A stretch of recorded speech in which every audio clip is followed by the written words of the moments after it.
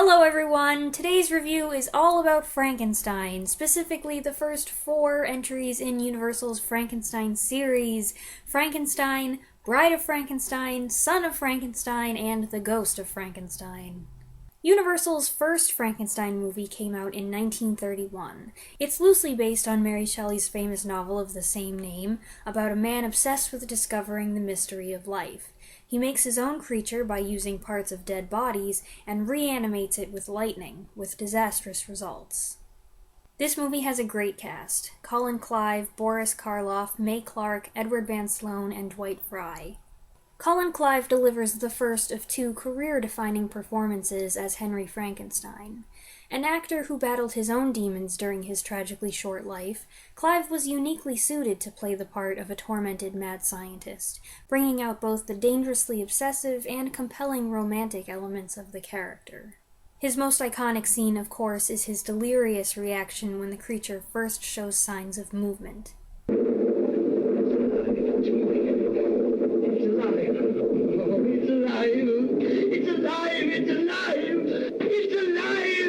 Henry Frankenstein handles his creation with parental pride and tenderness. Even when the creature's not behaving as expected, Henry's still hopeful, until it becomes clear that the experiment has failed. Then pride gives way to disappointment, revulsion, and fear. But still, there's a trace of pity for this thing he crafted with his own hands and thrust into the world alone. Boris Karloff as the monster is, well, it's Boris Karloff. This performance is legendary. Jack Pierce's makeup, coupled with Karloff's natural facial structure, is genuinely frightening. Book purists may take issue with it for irreversibly changing the look of the monster, so that no matter how many more accurate Frankenstein adaptations there are, this is still the design that prevails in pop culture. Green skin, flat skull, electrodes, ill-fitting coat, clunky platform shoes, inarticulate growls. But there's a lot more to Karloff's performance than just how he looks. His expression, his gestures, his body language, his nonverbal grunts, whimpers, and screams are all conveying a full range of emotions. Take this moment when Henry opens a skylight and the monster experiences the sun. When Henry closes it, the monster makes a pitiful, beseeching gesture with his hands. How can you not feel sympathy for him? One of the most thought-provoking aspects of the Frankenstein story, I think, is the distortion between just who is the monster and who is the man. Is the creature the monster because of his hideous features that Frankenstein gave him, or is Frankenstein more the monster for his blasphemous acts and his cruel abandonment of his innocent creation? Our friend Dwight Frye has a good supporting part as Fritz, Henry's assistant. He's frequently a scene stealer, what with his bumping into skeletons and stopping to pull up his socks, and he's a pretty nasty customer, too. This character was created just for the movie, and I believe it marks the first appearance of the Igor type, the quirky, often hunchbacked mad scientist's assistant, even though he's not actually named Igor. I also love the sets in this movie. The Frankenstein castle with its vast open rooms, the watchtower's winding stone staircase, the lab fully stocked with scientific apparatuses that would reappear in later horror movies, the monster's cell with this tiny barred window. I assumed that wall in the window was a false background made out of canvas or something, but look at these photos! It's real! That's awesome! It looks like something straight out of the cabinet of Dr. Caligari, which shows the strong influence of German expressionism on these movies. The original 1931 Frankenstein was directed by James Whale. 5 years later, Whale came back to direct the sequel, Bride of Frankenstein. Colin Clive and Boris Karloff returned to their respective roles as Frankenstein and the monster. Valerie Hobson replaces Mae Clarke as Henry's fiancée Elizabeth, and there's Dwight Frye again, playing Carl, one of 2 criminals enlisted to help dig up bodies and assist in the lab. It's kind of the same character as Fritz, but he gets to do some different things, and he has some good lines. If there's much more like this, what you say, pal? We give ourselves up and let 'em hang us. That goes for me, too. This is no life for murderers. Bride of Frankenstein is one of the best sequels ever made. Those of us who like to discuss such things will sometimes debate over which one is better.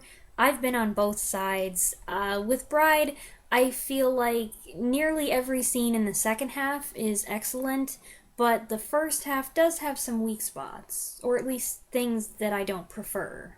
The movie starts with an opening prologue which features Mary Shelley, Percy Shelley, and Lord Byron discussing Mary's book. I'm not a fan of Lord Byron's real-life character anyway, and I can't stand him here. He's an overdramatic windbag who rolls his R's excessively. Can you believe that bland and lovely brow conceived of Frankenstein? A monster created from cadavers out of rifled graves? The true story of how Mary Shelley came to write her novel and how it ended up being arguably the most successful publication to come out of that famous literary grouping is very interesting. This prologue goes a long way, though, to make Mary Shelley seem like a fragile little goose, and it's a bit much. This opening also does a thing that would become more of a habit with later horror movies. It messes with the ending of the previous movie slightly in order to create more drama. Even though Henry Frankenstein was definitely alive at the end of the last movie, they tell us here that he's dead and make a big deal out of it for 5 minutes, until they bring him back to life. What? This movie has a quirky balance of humor and horror. Most of the comedy is in the first half, and a lot of that comes from Una O'Connor bustling around and screaming at things. Now, I do appreciate Una O'Connor. She's a treasure in this and in The Invisible Man, but a little Una goes a long way. It's in the film's second half that the story gets darker and more powerful, and from there it's pretty awesome. We get the pleasure of meeting the unforgettable Dr. Pretorius, played by Ernest Thesiger. Pretorius is one seriously strange dude, from his sour facial expressions to his occasional bizarre pronunciation. It is interesting to think, Henry, that once upon a time we should have been burnt at the stake as wizards for this experiment. And he's so devious. He comes to Henry with a proposition that they combine their knowledge and experience and make a perfect man. When Henry is reluctant, Dr. Pretorius makes a bargain with the monster and uses him to threaten Henry into cooperation. I must say, though, as creepy a villain as Dr. Pretorius is, I'm not a fan of his miniature person exhibition. With the build-up to the reveal of what's in his failed experiment box, I was thinking it would be something more disturbing than miniature people with squeaky voices. And the idea that someone as freaky as Pretorius produced something so harmless and juvenile strikes me as ludicrous. But that's just me. Colin Clive and Boris Karloff are both excellent, their continuation of their characters from the first movie practically seamless. Boris Karloff's monster somehow manages to become even more sympathetic than he was in the first movie. He has brilliant character development, and he gets to speak. He only learns a dozen or so words, so he doesn't reach the intellectual level of the creature in the book, but he is aware of his wants and needs, especially his intense loneliness and his desire for a friend. The scene where he comes to the hermit's hut is really a big turning point for me. You can't help but be moved by the monster's show of emotion in this scene. Henry Frankenstein is now once bitten, twice shy. He's physically and emotionally damaged from his encounter with his creature, and he's being forced to make the bride under duress, not out of his own sacrilegious ambition. However, once Pretorius gets him back in the lab, it's like the old Henry takes over, and there's that dangerously focused look again. The entire reanimation of the bride sequence in the movie's finale is amazing, with these fast cuts, stark black and white contrasts, unnerving lighting, and lurid close-ups of Frankenstein and Pretorius at Dutch angles. And then... The Bride of Frankenstein.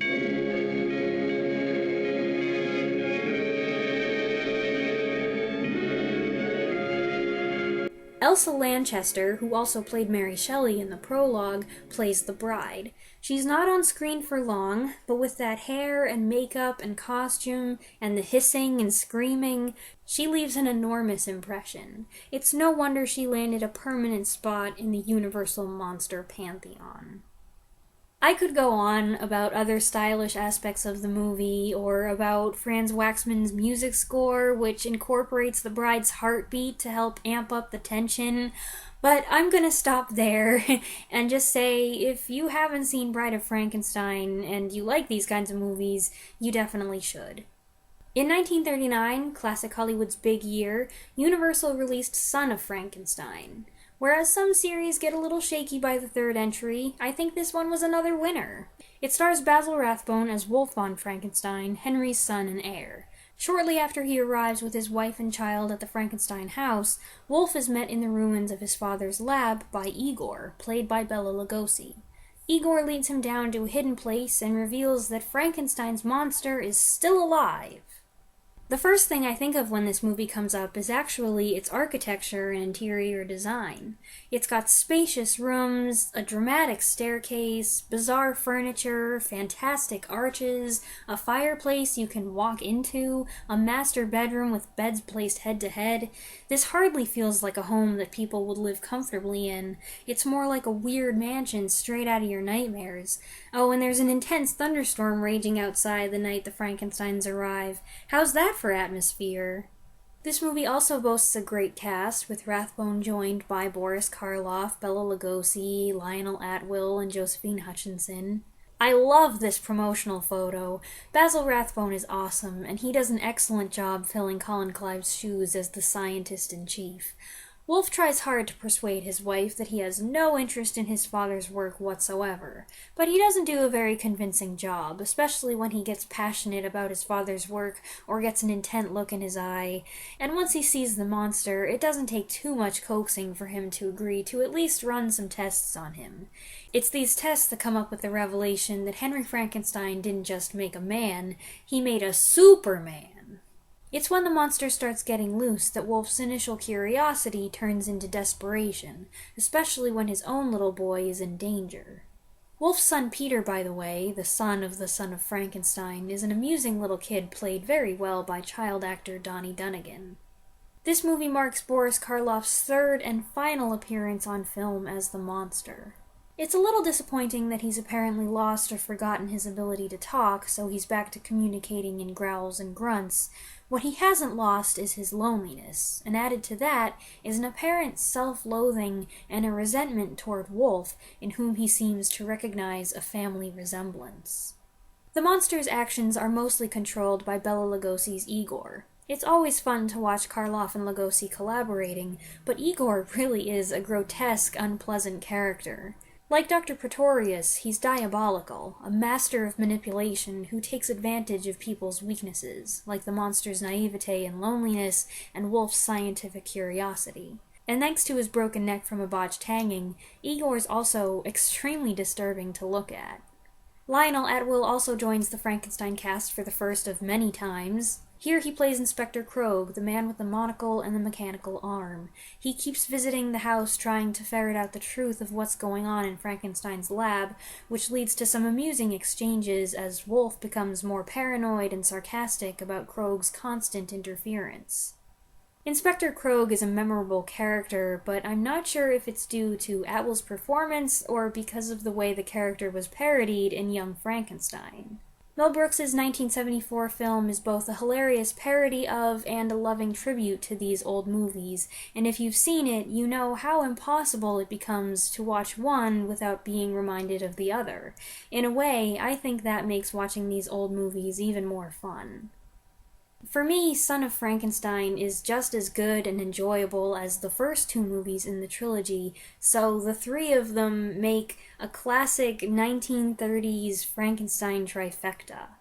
In 1942, The Ghost of Frankenstein was released, starring Cedric Hardwicke as Ludwig von Frankenstein, Henry's other son, who was not mentioned in the previous movie.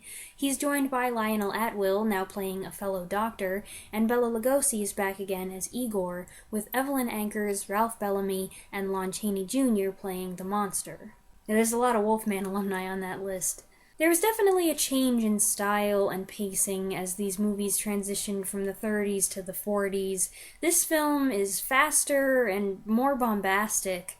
We jump right into the story with an angry mob, which includes Dwight Fry in a pitifully small part, complaining about the Frankenstein curse.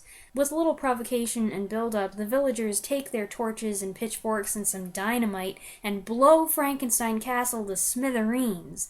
Meanwhile, we cut to Igor playing on his hypnotic horn, hoping to bring the monster back. It works. He discovers the monster and they escape the explosions together. And that's all in the first 7 minutes.